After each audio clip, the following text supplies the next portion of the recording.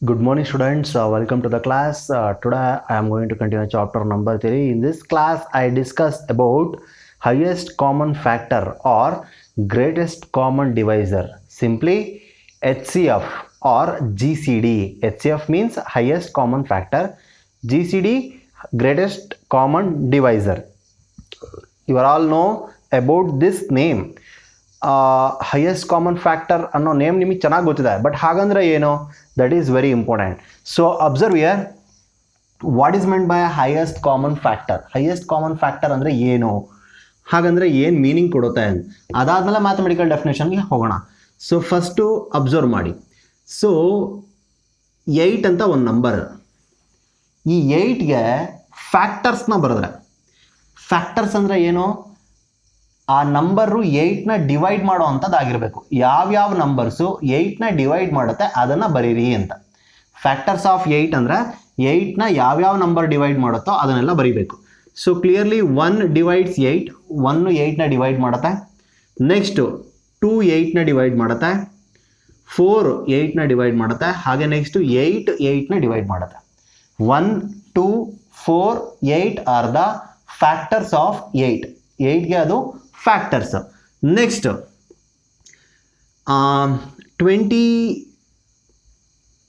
16ಗೆ ಅಥವಾ 20ಗೆ ಬರೆಯೋಣ. 20ಗೆ ಫ್ಯಾಕ್ಟರ್ಸ್ ಬರೆಯೋಣ. ಸೊ ಫ್ಯಾಕ್ಟರ್ಸ್ ಆಫ್ 20 ಏನೇನು ಬರುತ್ತೆ ಅಂತ, 1 20ನ ಡಿವೈಡ್ ಮಾಡುತ್ತೆ, 2 20ನ ಡಿವೈಡ್ ಮಾಡುತ್ತೆ, ನೋ ಡೌಟ್. ನೆಕ್ಸ್ಟ್ 3 ಡಿವೈಡ್ ಮಾಡಲ್ಲ, 4 ಡಿವೈಡ್ ಮಾಡುತ್ತೆ, 5 ಡಿವೈಡ್ ಮಾಡುತ್ತೆ, 6 7 8 9 ಯಾವುದು ಡಿವೈಡ್ ಮಾಡಲ್ಲ. ನೆಕ್ಸ್ಟ್ 10 ಡಿವೈಡ್ ಮಾಡುತ್ತೆ, 10 ಬಿಟ್ಟರೆ ನೆಕ್ಸ್ಟ್ 20 ಡಿವೈಡ್ ಮಾಡುತ್ತೆ. 1 2 4 5 10 20 ಆರ್ ದ ಫ್ಯಾಕ್ಟರ್ಸ್ ಆಫ್ 20. ಹೌದಲ್ಲ? ಸೊ ಇವೆರಡರಲ್ಲೂ ಕಾಮನ್ ಆಗಿರುವಂಥ ಫ್ಯಾಕ್ಟರ್ಸ್ ಯಾವ್ಯಾವುದು ಅದನ್ನು ಲಿಸ್ಟ್ ಮಾಡೋಣ. ಕಾಮನ್ ಫ್ಯಾಕ್ಟರ್ಸ್ ಯಾವುದು ಅಂದರೆ 2 ಮತ್ತು 4. 2 ಮತ್ತು 4 ಅವೆರಡೂ ಕೂಡ 8 ಮತ್ತು 20ಗೆ ಇರುವಂಥ ಕಾಮನ್ ಫ್ಯಾಕ್ಟರ್ಸ್. ಅಂದರೆ 8 ಮತ್ತು 20 ಎರಡೂ ಕೂಡ ಕಾಮನ್ ಆಗಿ 2 ಮತ್ತು 4ಇಂದ ಡಿವೈಡ್ ಆಗುತ್ತೆ ಅಂತ. ಸೊ ಇದರಲ್ಲಿ ಹೈಯೆಸ್ಟ್ ಯಾವುದು, 4 is the highest. So that is the highest common factor. 4 is the highest common factor. First factors, ಅದರಲ್ಲಿ ಯಾವುದು ಕಾಮನ್ ಆಗಿತ್ತು ಆ ಫ್ಯಾಕ್ಟರ್ಸು, ಅದರಲ್ಲಿ ಯಾವುದು ಹೈಯೆಸ್ಟು ಅದು highest common factor. Highest common factor ಅಂದರೆ ಅದು ಮೀನಿಂಗ್. ಅರ್ಥ ಆಯ್ತಾ ನಾ ಹೇಳಿದ್ದು, ಗೊತ್ತಾಯ್ತಾ ಇದು? That is nothing but on HCF of a number anta. So observe the mathematical definition. So an integer d is called as GCD or HCF. That means greatest common divisor or highest common factor of two integers a and b. a ಮತ್ತೆ b ಗೆ ಈ d ಅನ್ನೋದನ್ನ HCF ಅಂತ ಹೇಳಬೇಕು ಅಂದರೆ d ನ ನಾನು that is the HCF of a and b ಅಂತ ಹೇಳಬೇಕು ಅಂದರೆ D must divides A. D ಏನ ಡಿವೈಡ್ ಮಾಡಬೇಕು ಅಂದರೆ ಮೊದಲನೇ ನಂಬರ್ನ ಅದು ಡಿವೈಡ್ ಮಾಡುವಂಥದ್ದಾಗಿರಬೇಕು. 4 8ನ ಡಿವೈಡ್ ಮಾಡುತ್ತೆ, ನೋ ಡೌಟ್. ಹಾಗೆ ನೆಕ್ಸ್ಟು 4 20ನೂ ಡಿವೈಡ್ ಮಾಡುತ್ತೆ. ಇದು ಡಿವೈಡ್ಸ್ ಅಂತ ನೋಡಿ. ಹೀಗೆ 4 ಡಿವೈಡ್ಸ್ 20 ಅಂತ ಹೇಳಿದ್ರೆ 4 20ನ ಡಿವೈಡ್ ಮಾಡ್ತಿದೆ ಅಂತ. 20 ಡಿವೈಡೆಡ್ ಬೈ 4 ಅಲ್ಲ, 20 ಡಿವೈಡೆಡ್ ಬೈ 4 ಇದೇ ಬೇರೆ, 4 ಡಿವೈಡ್ಸ್ 20ನೇ ಬೇರೆ. ಗೊತ್ತಾಗ್ತಾ ಇದೆಯಾ ಹೇಳ್ತಿರೋದು? ಅಂದರೆ ಫಾರ್ಮೆಟ್ ನಾನು ಹೇಳ್ತಿರೋದು 4 ಡಿವೈಡ್ಸ್ 20 ಅಂದರೆ 20 ಡಿವೈಡೆಡ್ ಬೈ 4 ಅಂತಲ್ಲ, 4 20ನ ಡಿವೈಡ್ ಮಾಡ್ತಿದೆ ಅಂತ ಅರ್ಥ. ಗೊತ್ತಾಗ್ತಾ ಇದೆ ನಾನು ಹೇಳ್ತಿರೋದು? ಈ ಥರ 4 ಡಿವೈಡೆಡ್ ಬೈ 20 ಇದು ಅಂತ ಅನ್ಕೊಂಡ್ಬಿಟ್ಟಿರಾ, 4 ಬೈ 20 ಅಲ್ಲ ಇದು, 20 ಡಿವೈಡೆಡ್ ಬೈ 4 ಇದು. 4 ಡಿವೈಡ್ಸ್ 20 ಅಂದರೆ ಹಾಗೆ ಅರ್ಥ ಆಗ್ತಾ ಇದೆ ನಾನು ಹೇಳ್ತಿರೋದು. ಸೊ ಇಲ್ಲಿ ಆ ಗ್ರೇಟೆಸ್ಟ್ ಕಾಮನ್ ಡಿವೈಸರ್ ಅಥವಾ HCF ಏನಿದೆ ಅದು ಅವೆರಡೂ ನಂಬರ್ನ ಕಾಮನ್ ಆಗಿ ಡಿವೈಡ್ ಮಾಡುತ್ತೆ. ಎಸ್, ಡಿವೈಡ್ ಮಾಡುತ್ತೆ. Next every common divisors of A and B divides D. ನೋಡಿ, common divisors of A and B ಅಂದರೆ 8 ಮತ್ತು 20ಗೆ ಇರುವಂಥ ಬೇರೆ ಇನ್ಯಾವುದೇ ಕಾಮನ್ ಡಿವೈಸರ್ ಇರ್ಬೋದು. ಬೇರೆ ಇನ್ಯಾವುದಿದೆ common divisor? 2 common divisor, 4 common divisor. ಅದರಲ್ಲಿ ಗ್ರೇಟೆಸ್ಟ್ ಯಾವುದು 4 ಇತ್ತು, ಅದನ್ನು ಬರೆದಿದ್ವಿ. ಇನ್ನು ಉಳ್ಕೊಂಡಿರುವಂಥ ಕಾಮನ್ ಡಿವೈಸರ್ ಯಾವುದು? 2. ಆ 2 ಅನ್ನೋದು 4ನ ಡಿವೈಡ್ ಮಾಡುತ್ತೆ ಅಂತ. ಅಂದರೆ ಇವೆರಡಕ್ಕೂ ಇರುವಂಥ ಬೇರೆ ಕಾಮನ್ ಡಿವೈಸರ್ಸು ಈ ಹೈಯೆಸ್ಟ್ ಕಾಮನ್ ಫ್ಯಾಕ್ಟರ್ನ ಡಿವೈಡ್ ಮಾಡುತ್ತೆ ಅಂತ. ಅದನ್ನೇ ಹೇಳ್ತಿರೋದವರು every common divisors of A and B. A ಮತ್ತು ಬಿಗಿರುವಂಥ ಎಲ್ಲ ಕಾಮನ್ ಡಿವೈಸರ್ಸೂ ಕೂಡ ಆ ಎಚ್ ಸಿ ಎಫ್ನ ಡಿವೈಡ್ ಮಾಡುತ್ತೆ. So that is nothing but an H C F ಅಂದರೆ ಗ್ರೇಟೆಸ್ಟ್ ಕಾಮನ್ ಡಿವೈಸರ್. ಆ ಎರಡೂ ಕಂಡೀಷನ್ನ ಸ್ಯಾಟಿಸ್ಫೈ ಮಾಡುವಂಥ ನಂಬರ್ನ ನಾವು ಎಚ್ ಸಿ ಎಫ್ ಅಥವಾ ಗ್ರೇಟೆಸ್ಟ್ ಕಾಮನ್ ಡಿವೈಸರ್ ಅಂತ ಹೇಳಿ ಕರಿತೀವಿ. ಇಲ್ಲೂ ಕೂಡ ನಿಮಗೆ ಎರಡು ಫಾರ್ಮೆಟ್ ಬರುತ್ತೆ, ಪ್ರೈಮ್ ಫ್ಯಾಕ್ಟರೇಷನ್ ಮತ್ತು ಡಿವಿಷನ್ ಮೆಥಡ್ ಅಂತ. ಎರಡು ರೂಲ್ನಲ್ಲಿ ಅಂದರೆ ಎರಡು ಟೈಪ್ ಆಫ್ ಮೆಥಡ್ಸಲ್ಲಿ ನೀವು ಎಚ್ ಸಿ ಎಫ್ನ ಫೈಂಡ್ ಔಟ್ ಮಾಡ್ತೀರಾ. ಅದು ಹೇಗೆ ಅಂತ ಹೇಳಿ ಡಿಸ್ಕಸ್ ಮಾಡ್ತಾ ಹೋಗೋಣ, ಓಕೆನಾ ಫ್ರೆಂಡ್ಸ್. C the problem. ಇದರಲ್ಲಿ ನಾನು ಫಸ್ಟ್ ಮೆಥಡ್ ಹೇಳ್ತಾ ಇದ್ದೀನಿ, how to find the H C F by prime factorisation method. So ಇಲ್ಲಿ ಪ್ರೈಮ್ ಫ್ಯಾಕ್ಟರೇಷನ್ ಮೆಥಡ್ ಯೂಸ್ ಮಾಡಿಕೊಂಡು ಎಚ್ ಸಿ ಎಫ್ನ ಹೇಗೆ ಫೈಂಡ್ ಔಟ್ ಮಾಡ್ತೀವಿ ಅಂತ. So find the H C F of 12, 15, 18 ಅಂತ ಹೇಳಿದರೆ you are all know about how to represent the number in prime factoration. So first represent this 12 by prime factoration. That means divide the 12 by least prime. The least prime is 2. So if we divide the 12 by 2, that gives 2 6 are 12. Next 2 3 are 6.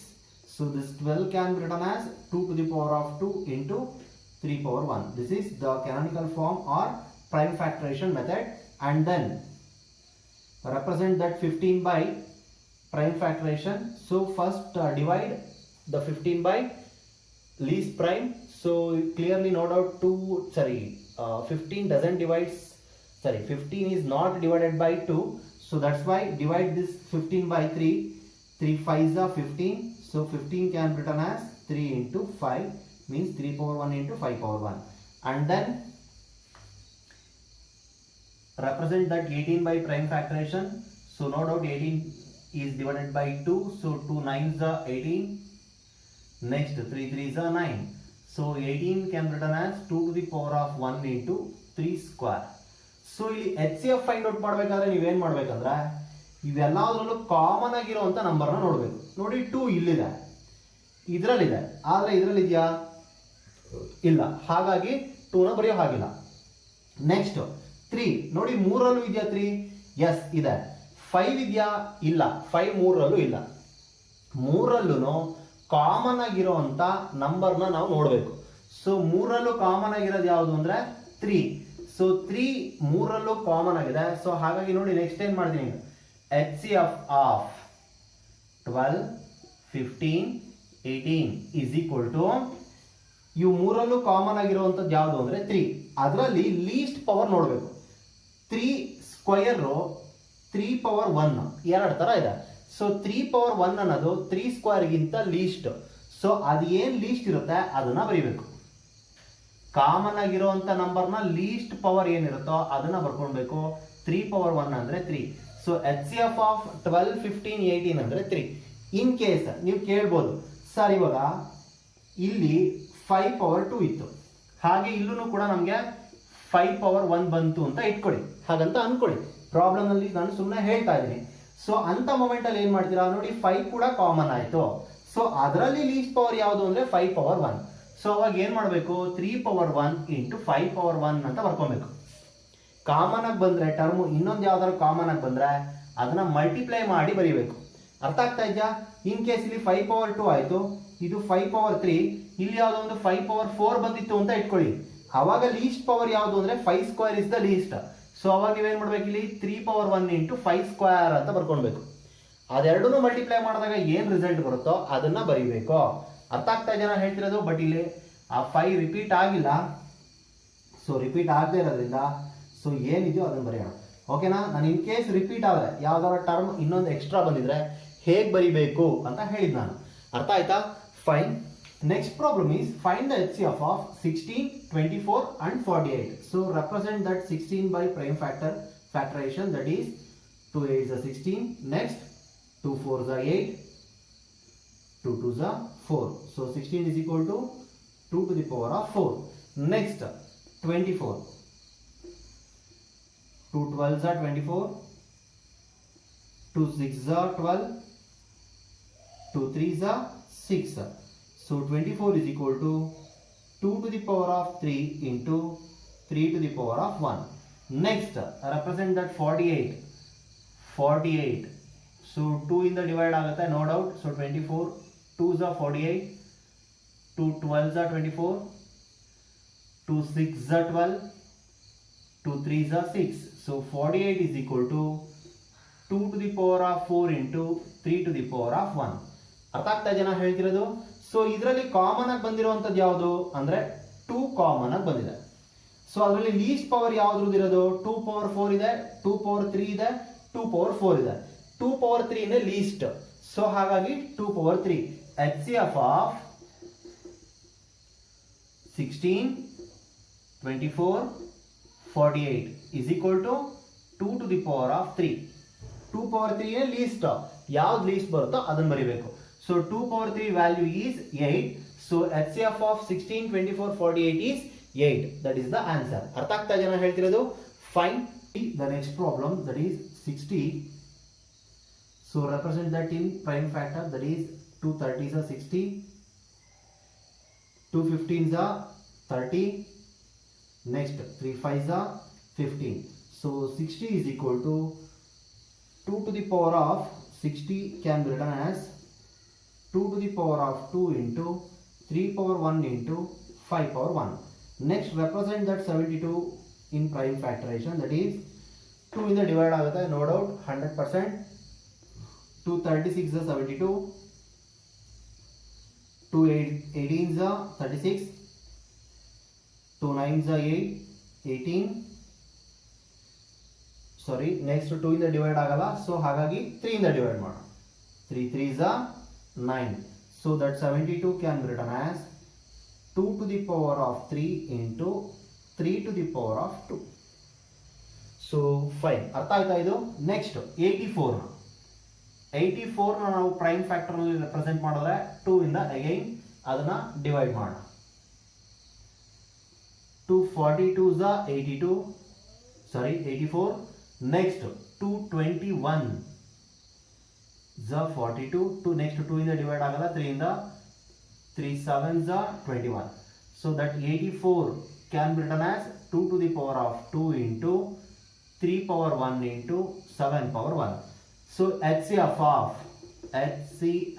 of 60, 72 and 84 is equal to common ಆಗಿರುವಂತ term ನೋಡಿ 2 ಮೂರರಲ್ಲೂ common ಆಗಿದೆ. Yes of course common ಆಗಿದೆ. List term list power ಇರೋದು ಯಾವುದು ಅಂದ್ರೆ 2 power 2, 2 power 3, 2 power 2 ಇದೆ. So ಅದರಲ್ಲಿ list ಯಾವುದು ಅಂದ್ರೆ 2 power 2. ಸೊ ಹಾಗಾಗಿ 2 power 2 ಬರೀಬೇಕು.